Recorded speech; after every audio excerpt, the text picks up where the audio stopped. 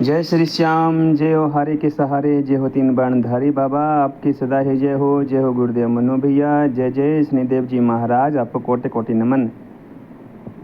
आज का जो विषय है जिस पे हम चर्चा करने वाले हैं, अपने घर के पितरों को ठीक कैसे करें, शुद्ध स्वच्छ कैसे करें, जिससे उनको भक्ति मिले, मुक्ति मिले, उनके बंधन खुल जाए। चाहे वो कहीं भी किसी तांत्रिक ओझा मौलवी पंडित ने उनका बंधन किया है, चाहे वो इस ब्रह्मांड में कहीं भी है, तो उनके वहाँ से बंधन खुले। तो वीडियो को शुरू करने से पहले मैं चाहूँगा कि वीडियो को लाइक करें, शेयर करें, सब्सक्राइब करें, बेल आइकन के निशान पर प्रेस करें, ताकि आने वाली हर छोटी छोटी वीडियो आप तक पहुँच जाए। और जो मेरे भाई जिनको अभी तक पता नहीं है उनको पता लग सके, और जिनको पता है वो बहुत अच्छी बात है, जिनको नहीं पता है उनको पता लग जाए और वो भी अपने कार्य में सफल हो जाए। तो मैं चाहूँगा कि ये वीडियो ज़्यादा से ज़्यादा शेयर करें, ताकि ये वीडियो अनजान लोगों तक पहुंच पाए। तो वीडियो को पूरा देखा करो, वीडियो को आधा अधूरा बिल्कुल भी ना देखो, पूरा देखो, ताकि अगर पूरी वीडियो देखते हैं तो आपको पूरा ज्ञान मिलता है। आधी अधूरी वीडियो अगर आप देखते हैं तो आपको आधा अधूरा ही ज्ञान मिलता है। तो आइए भाइयों, शुरू करते हैं कि अपने घर के पितरों को ठीक कैसे करें। जैसे कि हमारे होता क्या है कि जब भी हमारे घर से कोई भी इंसान जाता है या मृत्यु को प्राप्त होता है, या किसी भी कारण लंबी बीमारी के चलते, या किसी रोड एक्सीडेंट में कोई बंदा चला जाता है, या बीमारी के चलते चला जाता है, या करंट लग जाता है, या फांसी लगा लेता है, या जहर खा लेता है, या किसी भी एंगल से अगर वो इंसान हमारे घर से चला जाता है, हार्ट अटैक हो जाता है या लंबी बीमारी के हिसाब से वो चला जाता है, तो हम करते क्या हैं कि हम उसके नाम का अपने घर के अंदर स्थान बना देते हैं। अगर जिसके खेत होते हैं वो अपने खेत में स्थान बना देता है। दुकान, बहुत से लोग तो ऐसे भी मैंने देखे हैं कि जो अपने दुकान के ऊपरले साइड में छोटा सा मंदिर लगा देते हैं और उसमें पितरों का दिया लगा देते हैं। तो वो सबसे पहले आप लगाते ज़रूर हो, आपका जो मन करता है वो आप करते हो, पर ये भी देखो ना कि वो जो जिस पितर का आप दिया लगा रहे हैं या स्थान बना रहे हैं, या आप किसी ने कह दी गया जी हो आओ, आप गया जी भी होके आते हो, हरिद्वार भी होके आते हो, और जैसे कि जींद में पिंडारा है वहाँ पर पिंड भरवा के भी आते हो। ठीक है, आप अपने हिसाब से सारे कार्य करते हो। क्या आपने कभी भी ये जानने की कोशिश की है कि जो तुम्हारे पितर है वो तुम्हारे पितर देव पितरों की श्रेणी में है या मलिन पितरों की श्रेणी में है? आपने ये कभी जानने की कभी कोशिश ही नहीं की, और आप उनके नाम का स्थान बना रहे हो, उनका नाम का अंगारी पर भोग दे रहे हो। बहुत से लोग ऐसे हैं जो अंगारी के ऊपर भोग देते हैं, 2 थेपड़ी लेते हैं, गोसे वाली थेपड़ी लेते हैं, अंगारी बनाते हैं, उनके ऊपर जो भोग प्रसाद होता है, जैसे चूरमा बना लिया, लड्डू हो गए, रसगुल्ले हो गए, जलेबी हो गई, और उनके ऊपर जब होमना लेते हैं उसके ऊपर फिर वो जो भी उनका भोग होता है वो चढ़ा देते हैं, उसके ऊपर घी की होमना देते हैं।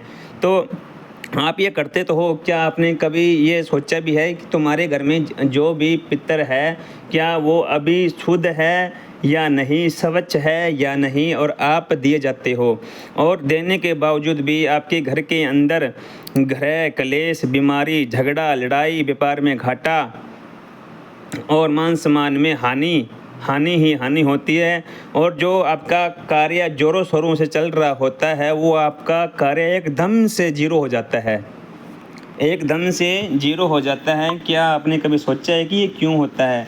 जब आपको ये पता नहीं होता और आप स्थान बना देते हैं और आप उनका भोग निकालते हैं, तब होता क्या है कि जो आपके घर के अंदर जो प्रेत है, जो पितर और प्रेत में कोई समानता नहीं है। जो पितर है वही प्रेत है, जो प्रेत है वही पितर है। क्योंकि जब भी आप अंगारी में भोग देते हैं, भोग लगाते हैं, जो भी आप स्थान बनाया हुआ है, जब भी आप भोग देते हैं तो आपके घर के अंदर लड़ाई झगड़ा, बच्चों का विवाह ना होना, लड़ाई झगड़ा होना, बीमारियों का ठीक ना होना, एक बीमारी हो गई दूसरी बीमारी हो गई, दूसरी बीमारी ठीक हो गई तीसरी बीमारी हो गई, तीसरी बीमारी ठीक हुई चौथी बीमारी हो गई, पूरा शरीर बीमारियों से भर जाता है।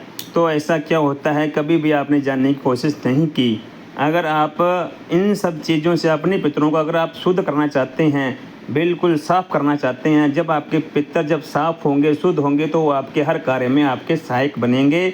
आपको पल पल, हर पल आपके साथ रहेंगे, आपको हर चीज़ के बारे में बताएंगे, आपका मार्गदर्शन करेंगे। अगर आपके पितर शुद्ध होंगे, साफ़ होंगे। अगर आपके पितर साफ़ नहीं हैं तो आपके कंधे भारी रहेंगे, आपकी आंखें भारी रहेगी। पूजा करते समय आपका कंधा भारी हो जाएगा, सिर भारी हो जाएगा, आंखें भारी हो जाएगी, बेचैनी होने लगेगी, उल्टी आने का मन करेगा और पूजा के स्थान से उठ जाने का मन करेगा। आपको पूजा जब करते हैं तो आपके साथ ये लक्षण होने लगते हैं। और जब आपके पितर साफ़ होते हैं तो आपको हर कार्य में सफलता हासिल होती है। तो इसके लिए आपको करना क्या है, अगर आप गुरु से दीक्षित है तो सबसे अच्छी बात है। अगर आपके गुरु नहीं हैं तो आप भोलेनाथ को गुरु मान सकते हैं। इसके लिए करना क्या होगा, इसके लिए आपको जो भोलेनाथ का जो भी मंत्र उठा लो, ओम नमः शिवाय, ओम पंचाक्षरी मंत्र है, ये मंत्र उठा लो और ओम नमः शिवाय ओम का मंत्र का जाप करो। और भोलेनाथ, अगर आपका गुरु नहीं है, गुरु है तो सबसे अच्छी बात है। अगर गुरु नहीं है तो आप भोलेनाथ को गुरु मानकर ओम नमः शिवाय ओम का जाप करो। और नियास आपको कहीं से, अगर आपको गुरु बन जाए या गुरु आपने बना लिया है तो आप अपने गुरु से जो दीक्षित है उनका मंत्र लें और वही मंत्र संकल्प लें। और संकल्प सबसे पहले तो आपको अपने जो आपका आसन है उस आसन पर बैठ जाना है, साफ़ सफाई करके उस आसन पर बैठ जाना है। उसके बाद जो आपका गुरु से दीक्षित है वो मंत्र आपको उठाना है। उसके बाद आपको सीधे हाथ में जल लेकर संकल्प लेना है कि आप किसके लिए कर रहे हो। फिर आपको न्यास पढ़ना है। उसके बाद आपने जितने भी आपके जो भी सिद्ध इष्ट, जो भी आपके जैसे कुल देवी है, कुल देवता है, पितर देवता, इष्ट देवता है, सभी को प्रणाम करना है। उसके बाद जो आपके सहायक देवी देवता हैं उनको प्रणाम करना है। प्रणाम करने के बाद फिर आपको अपने गुरु से जो दीक्षित जो भी मंत्र है वो मंत्र को करना है। जब भी आप मंत्र को करते हैं, न्यास पढ़कर संकल्प लेकर अगर आप करते हैं भाई मैं इतने दिन करूँगा, तो आप देखते हैं कि जब आप मंत्र को करते करते जब आप 1.25 महीने का संकल्प लेते हैं, ब्रह्मचर्य का पालन करते हैं, तो आप इस बीच में आप देखते हैं कि आपको अनुभव होना शुरू हो जाते हैं। संकल्प में बड़ी जान होती है। संकल्प से क्या नहीं होता, संकल्प से आप वो कर सकते हैं जो इस संसार में आपने सोचा नहीं होगा। तो जब आप संकल्प लेते हैं, संकल्प लेते लेते अगर वो कार्य करते हैं और न्यास लेकर अगर वो मंत्र का जाप करते हैं, तो आप देखते हैं कि आपके जो मलिन पितर है वो बिल्कुल साफ़ होने लग गए हैं। और जब वो साफ़ होने लग गए हैं, आपको अनुभव भी होने क्योंकि ये मंत्रों का जाप करते करते आपको अनुभव भी होने लग जाएगा। अनुभव होना तो एक नेचुरल प्रकृति, ये बिल्कुल होना ही होना है। आपको अनुभव तो होंगे, कोई रोकने वाला ही नहीं है। और जब आप पूरे मन धन से अगर आप मंत्रों का जाप करते हैं और गुरु को साक्षी मानकर करते हैं, तो आपके जो भी पितर है वो एक तो उनके बंधन खुलने लगते हैं। वो कहीं भी से ब्रह्मांड में कहीं भी किसी तांत्रिक ओझा मौलवी पंडित ने अगर उनका बंधन किया है, आपके नाम से, आपके गोत्र से अगर किसी तांत्रिक ने उनका बंधन किया है, तो एक तो सबसे पहले उनके बंधन खुलने शुरू हो जाएंगे।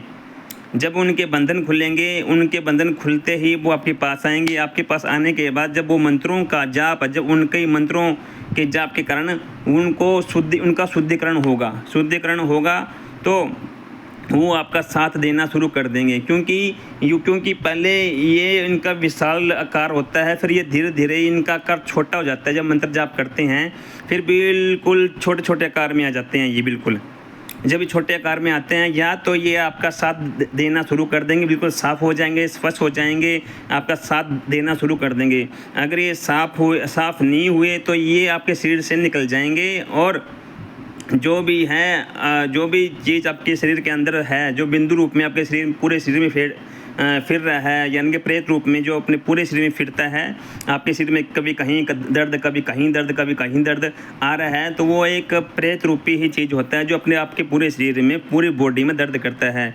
जब आप मंत्रों का जाप करते हैं, संकल्प लेकर करते हैं, तो होता क्या है कि आपके शरीर के अंदर जो भी मलिन तत्व होता है वो धीरे धीरे छटने लगता है। आपकी पूरी बॉडी वाइट होने लगती है, आपका जो कालापन होता है वो बिल्कुल ही ख़त्म होने लगता है। और धीरे धीरे करके जो भी आपके अंदर नकारात्मक ऊर्जा होती है वो धीरे धीरे जाने लगती है और आपके सारे कार्य सफल होने लगते हैं। और जो भी मेरा भाई अगर ये चीज़ें करता है तो वो देखता है कि कुछ 41 दिनों के अंदर अंदर उसके एक तो पितर जहाँ भी बंधे हुए हैं वो खुलने लगते हैं, उनको मुक्ति मिलती है। अगर आप ये कार्य करते हैं तो आपको फ़ायदा ही फ़ायदा मिलता है। जय शनिदेव, जय शनिदेव, जय शनि।